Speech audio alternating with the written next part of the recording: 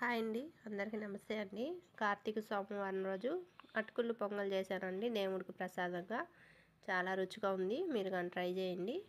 ఒక బౌల్ తీసుకొని బౌల్లోకి ఒక అరకప్పు బెల్లం పొడి వేసాను. అదే కప్పుతో ఒక హాఫ్ కప్పు నీళ్లు కానీ పోసుకొని స్టవ్ వెలిగించుకొని గిన్నె పెట్టుకొని ఇప్పుడు ఇది కలుపుతూ కరిగించుకోవాలండి. ఇది కరిగిన తర్వాత పొంగు వస్తుంటుంది, కాసేపు మరిగించుకోవాలి మీడియం ఫ్లేమ్లో. అలాగే పాకంతో పని ఏం లేదండి.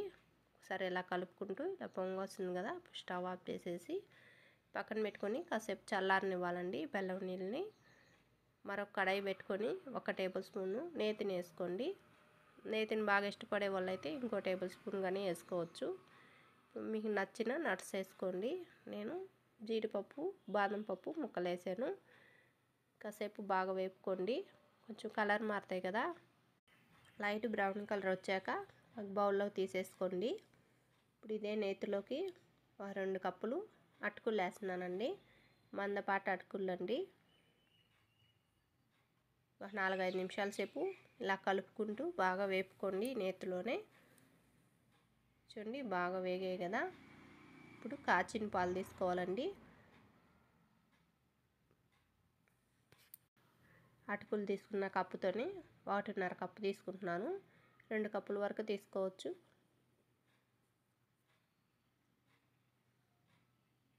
ఇప్పుడు ఇవన్నీ కాసేపు పాలల్లో ఉడకనివ్వాలండి. కాస్త బాగా దగ్గర పడి మెత్తపడతాయి కదా అటుకులు, అప్పటి వరకు బాగా ఉడికించుకోండి. ఇలా ఉడికిన తర్వాత 2 యాలకులు పొడి చేసుకుని వేసుకోండి. ఇలా బాగా అటుకులు మెత్తపడి బాగా ఉడికిన తర్వాత 2 యాలకులు పొడి చేసి ఇలాగ వేసుకోవాలండి. బాగా కలిపేసుకొని స్టవ్ ఆఫ్ చేసేయండి. ఇప్పుడు కొంచెం చల్లారిన తర్వాత పక్కన బెల్లం నీళ్ళు ఉన్నాయి కదా, ఇది ఫిల్టర్ చేసుకొని ఇలాగంతా పోసుకోండి. బెల్లంలో ఏదైనా చెత్తలు పీసులు ఉన్నా కానీ అన్నీ పోతాయి. ఇదంతా ఒకసారి బాగా కలిసే విధంగా ఇలా కలిపేసుకోండి. నట్స్ ఉన్నాయి కదండి, ఈ నట్స్ అన్నీ కానీ వేసుకోవాలి. ఇలా వేసుకొని ఇదంతా కానీ మళ్ళీ ఒకసారి కలుపుకోండి.